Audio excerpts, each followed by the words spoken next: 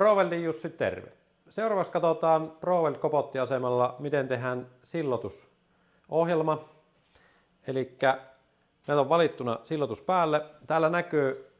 Täällä vilkkuu sininen sekä punainen valo. Eli ideana, että sinisellä valolla tehdään ilmaliikkeet ja punaisella käydään näyttämässä se kohta, mihin me käydään siltahitsi tekemässä. Eli laitetaan vaikka tuohon yksi ilmapiste.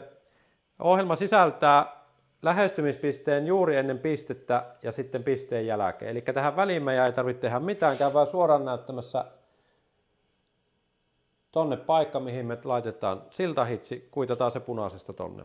Sitten niin kuin ohjelma sisältää suoraan tuon poistumisliikkeen, sitten seuraavan lähestymisliikkeen, eli me voidaan käydä suoraan laittamassa tänne siltapiste tonne seuraavankin paikkaan. Sitten tehdään tänne ilmaliike, mistä se pääsee sujuvasti kotiasemaan.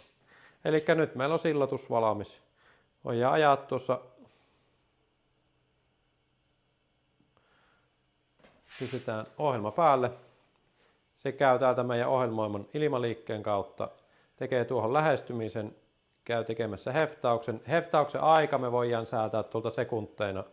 Nyt se taitaa olla puoli sekuntia tehasasetuksessa, sen voi laittaa minkä haluaa. Ja heftaus on suoritettu.